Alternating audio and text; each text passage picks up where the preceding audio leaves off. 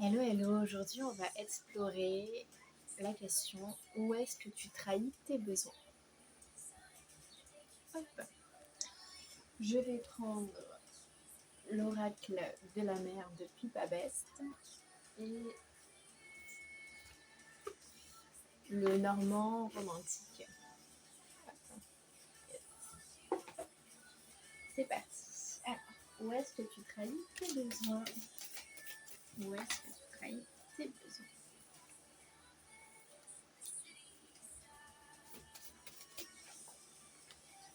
Hop. Où est-ce que tu trahis tes besoins? Je t'invite donc à te connecter en toi. Peut-être qu'il y a des choses aussi qui commencent déjà à émerger en toi. À ton avis, de ce que tu ressens, où est-ce que tu trahis tes besoins?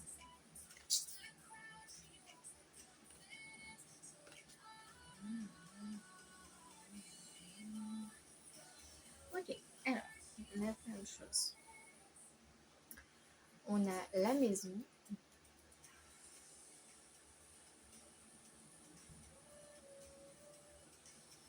l'ours,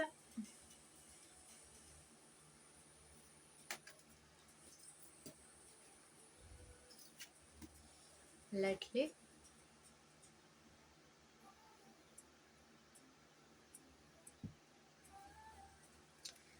en d'autres decks j'ai la femme, sur mon toit.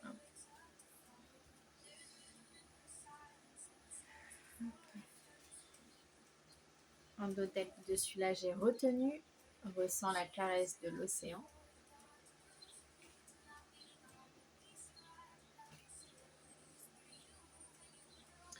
Persistance, que tes ondulations deviennent houle.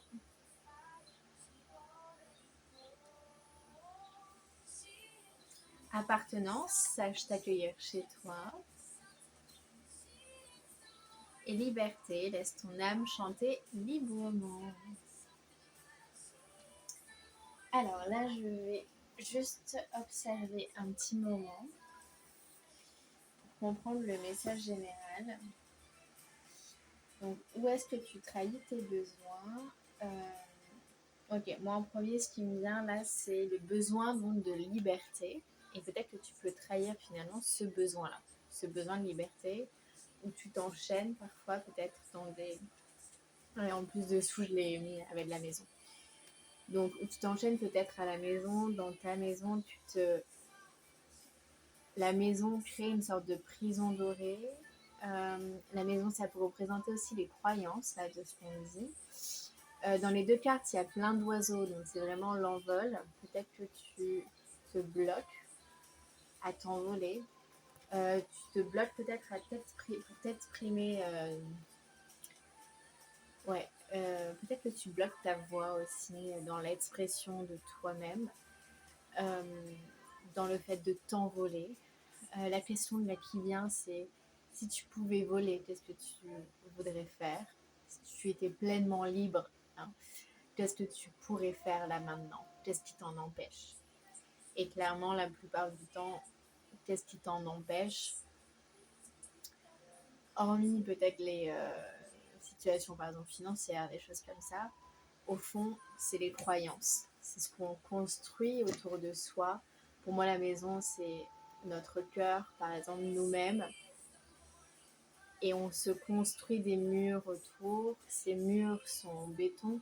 Ce sont des croyances qui sont ancrées depuis de nombreuses années, voire de nombreux siècles à travers nos ancêtres. On hérite aussi de certaines croyances-là.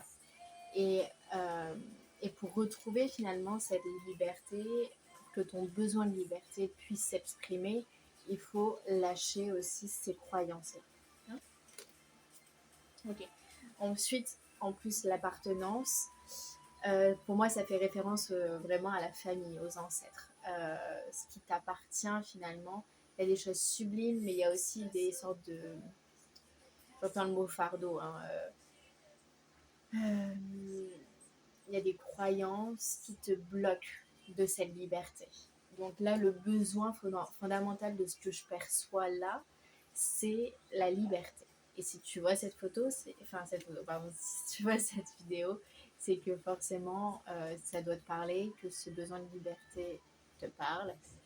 Si c'est pas le cas, je t'invite à arrêter la vidéo et passer aux choses. Voilà. Ensuite, on a ours sous l'appartenance. Pour moi, ça me fait vraiment penser à, pareil, à garder ses ressources, les ancêtres, la famille. Je vais quand même lire juste la petite description de l'ours. Parce que c'est un nouveau jeu, de cartes que j'ai et je ne le connais pas très très bien. Mais déjà là, quand je le vois, l'énergie qui m'appelle, c'est vraiment cette énergie de nature déjà, cette énergie de liberté aussi, toutes les valeurs que l'ours représente également, qui est la famille, la protection, toutes ces choses-là. Alors.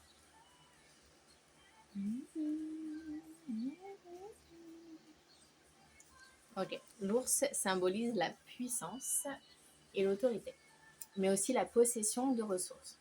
Okay. Cette carte vous met dans une position avantageuse ou indique le soutien d'individus haut placés. Neutre, elle dépend des autres. Elle représente donc la protection, l'autorité, le professionnalisme, la résilience, l'honneur, le respect, de bons revenus, d'importantes économies, des investissements profitables, de belles affaires et une santé de fer. Et accompagné de cartes négatives, là j'en vois pas des cartes négatives, mais elle signale une surestimation de force, une perte de pouvoir, des déficits financiers, une agressivité inappropriée, de la violence ou encore un ennemi dangereux. Ok, je te le dis comme ça, tu sais. Peut-être que ça peut te parler aussi.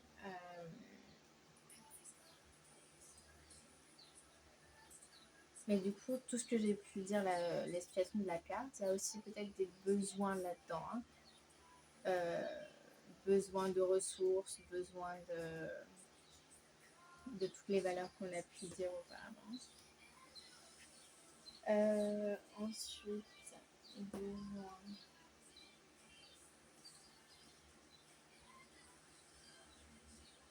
Donc la persistance avec la clé, pour moi, ça me dit continuer finalement à aller à l'intérieur de toi, persister à revenir à toi, et c'est peut-être là finalement aussi que ça peut bloquer. Où des fois, en fait, il y a un besoin de persister à aller à l'intérieur de toi, à t'écouter, à revenir à toi, mais tu peux ressentir peut-être une résistance dans la persistance. C'est-à-dire que des fois, tu te dis à quoi bon revenir à moi, c'est bon, j'écoute un tel ou j'écoute ci, je fais comme cette personne. Il y a le mot influence, se faire un peu influencer, se laisser influencer par les autres. Ce qui te permet finalement de ne pas trop choisir non plus, de ne pas trop prendre la responsabilité de choisir.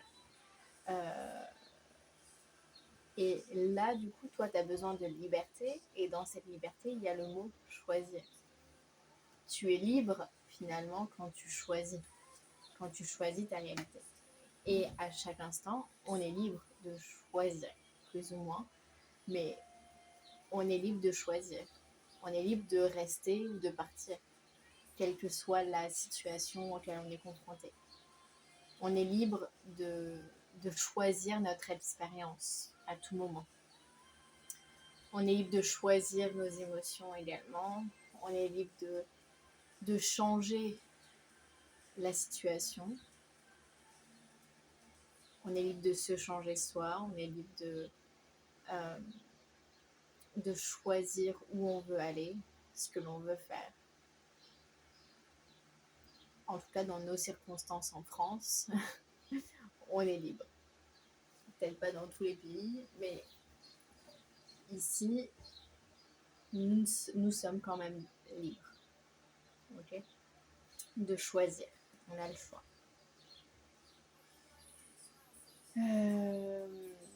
Et là, j'entends, on n'a pas vraiment le choix, où on doit avoir, par exemple, un appart, nanana, la vie comme tout le monde. Mais non, on a le choix.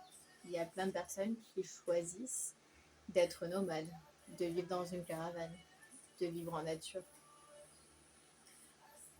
C'est un choix. Mais est-ce qu'on est prêt à faire ces choix?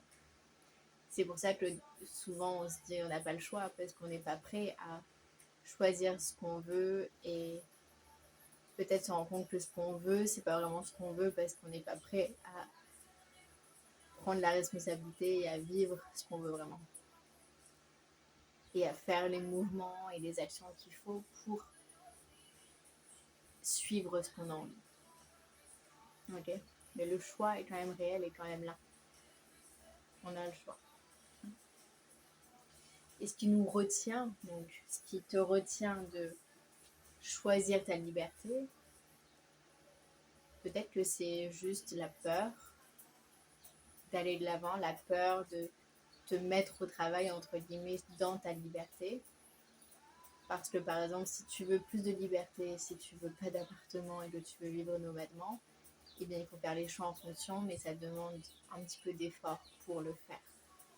Je sais pas pourquoi j'ai cet exemple-là, mais peut-être, sûrement ça va résonner pour toi.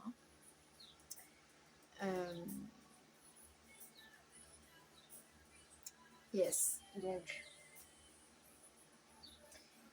Et donc, pour finir, on a la femme est retenue.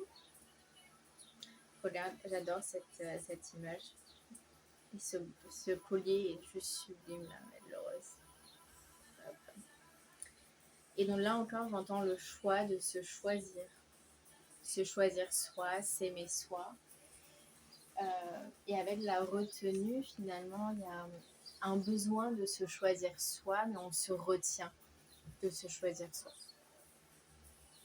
On retient presque cet amour comme si c'était pas ok de s'aimer autant, de se choisir autant.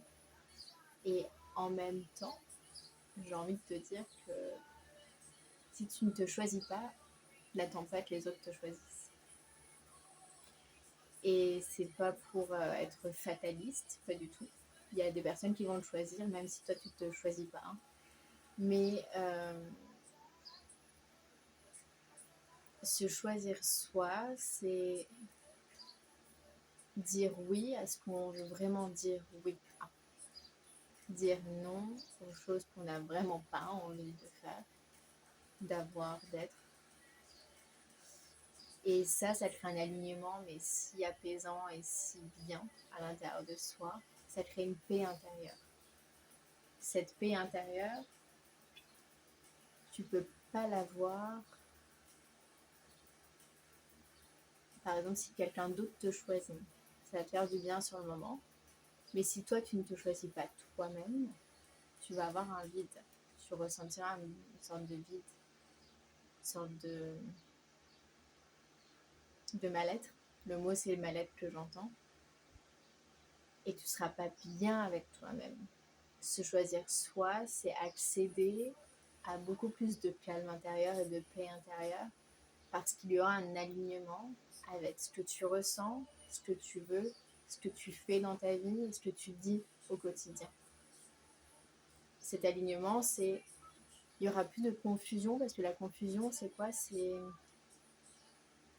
mon corps dit oui à quelque chose, mon cerveau dit non à quelque chose. Et moi, je fais par exemple tout l'opposé de ce que mon corps, mon cerveau veut. Ok? Donc, il y a une dissonance dans corps, esprit, mental.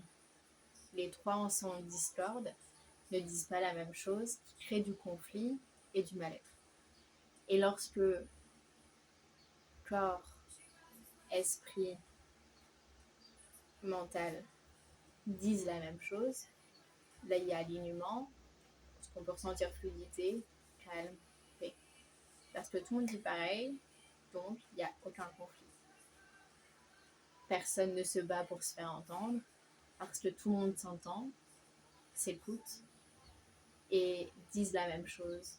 Donc c'est fluide ensuite pour toi de dire ok, j'y vais. Je vais dans cette direction-là parce que c'est fluide. Parce que tout le monde dit pareil à l'intérieur de toi. Quand je dis tout le monde, c'est tout le monde à l'intérieur de toi. Corps, mental, esprit. Ok. Pour finir, donc je reprends ma petite question. De quoi est-ce que tu as besoin? Qu'est-ce que tu... Attends. Où est-ce que tu trahis tes besoins? Où est-ce que tu trahis tes besoins?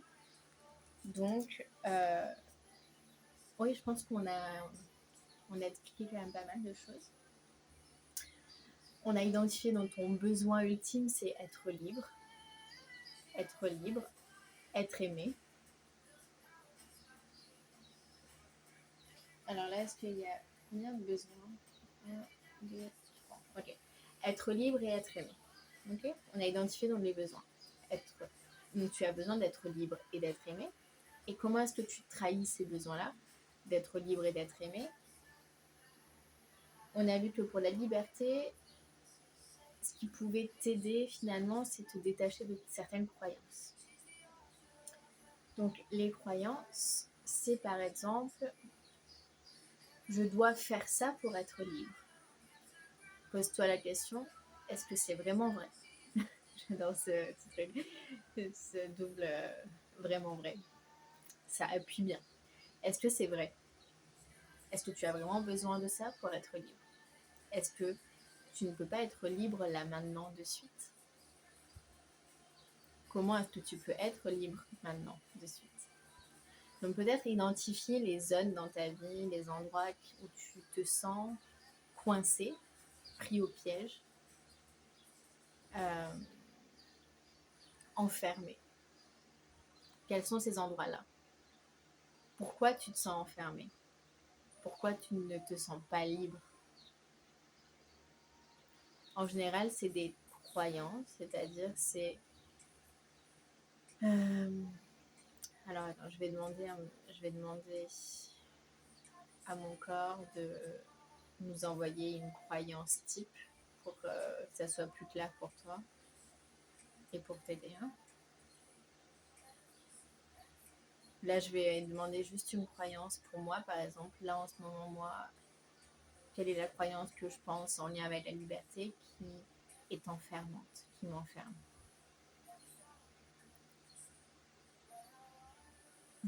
Ah ben, c'est très drôle, ce que je disais tout à l'heure. La croyance qui m'enferme, moi, c'est je dois choisir pour être libre. Ok. Et donc, ouais.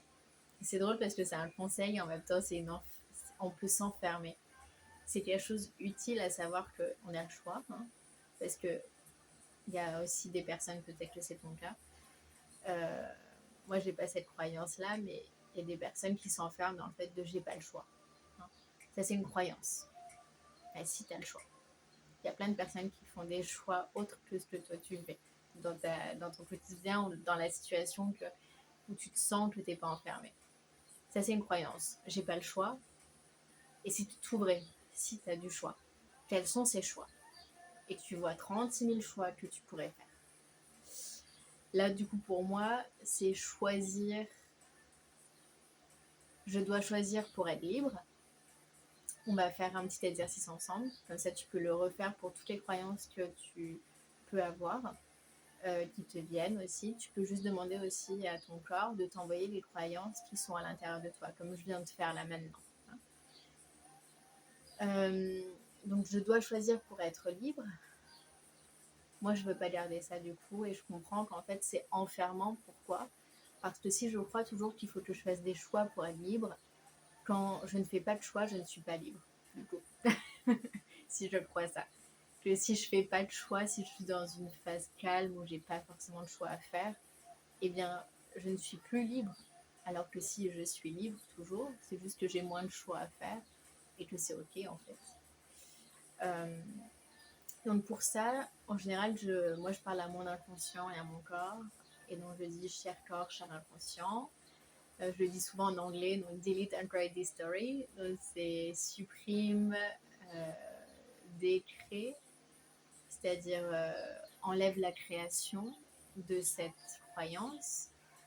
Delete and write. Et the story, c'est enlève l'histoire autour de ça. Okay. Donc en français, ça peut être du coup cher corps, cher inconscient, supprime, enlève l'histoire et la création de cette croyance. Et là, je dis la croyance, donc c'était quoi déjà? Je dois choisir pour être libre. Et là, je sens que ça commence à faire le nettoyage. En général, c'est autour de la tête, je sens quelque chose dans le corps, tu sais, qui fait une sorte de tourbillon. Je commence à bailler, donc ça, c'est un signe de libération aussi. Tu vas voir avec toi-même, tu vas comprendre quand ton inconscient et ton corps commencent à nettoyer des choses, tu vas capter des signes. Là, c'est mes signes à moi, donc en général, je baille, j'ai des frissons. C'est le cas maintenant. Et j'ai le tourbillon. Mais sois attentif à ton corps, à ce qui se passe en toi. Ne t'attends pas à ce que tu ressentes comme moi. Peut-être que toi, ça va être des ressentis, des visions, des mots. Ouvre-toi finalement à tous les canaux possibles de réception. Et sois dans l'observation et dans la curiosité de comment est-ce que mon corps réagit à ce nettoyage, comment il m'informe que le nettoyage est en train de se faire et comment il m'informe que le nettoyage est fini. Okay.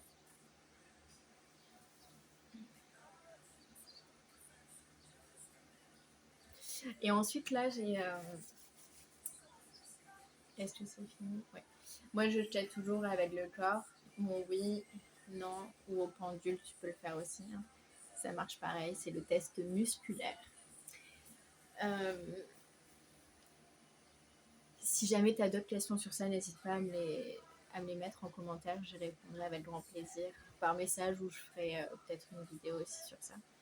Nous verrons bien.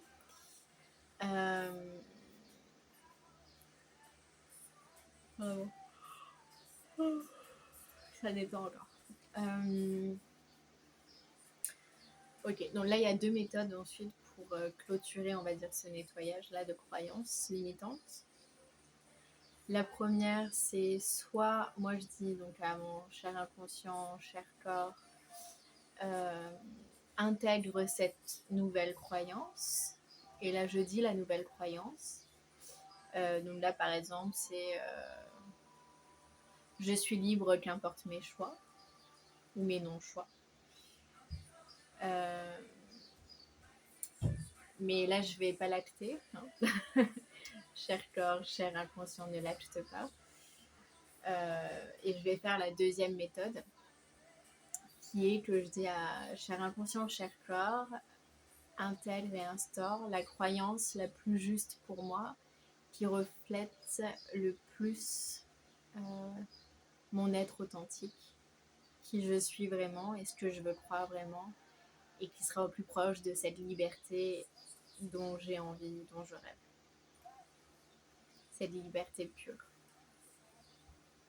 Et là, je laisse du coup mon corps et mon inconscient trouver, créer leurs histoires, les croyances autour de la liberté qui sera au plus juste pour moi, pour mon être authentique.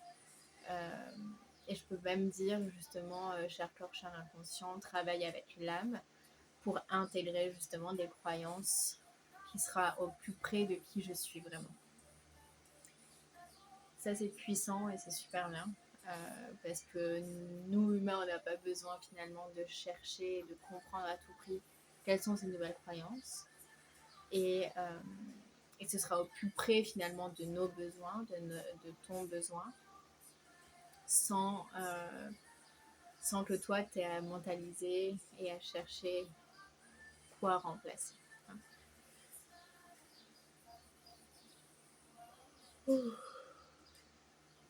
Et ensuite, pour finir, j'aime bien te demander, cher inconscient, montre-moi peut-être une image de ce qui va changer maintenant avec ces nouvelles croyances. peux demander une image, des ressentis, des mots, ce qui est mieux pour toi, ce que tu préfères. Hein. Moi, j'aime bien les images, donc je demande des images en général.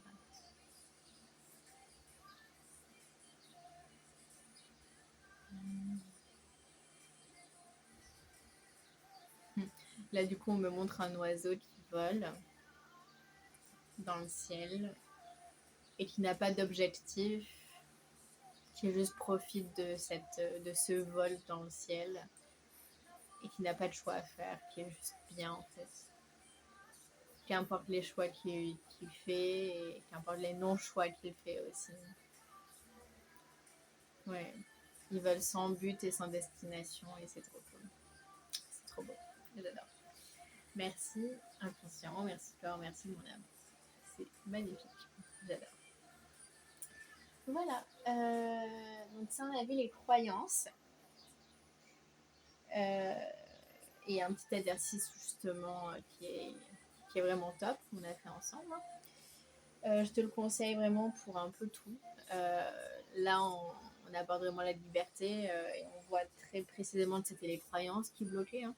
Donc, ça va t'aider vachement. J'espère que tu l'as fait et que tu ressens justement ces beaux ressentis, cette libération.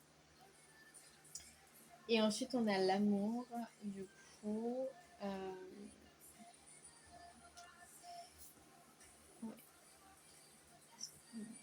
Ok, l'amour retenu.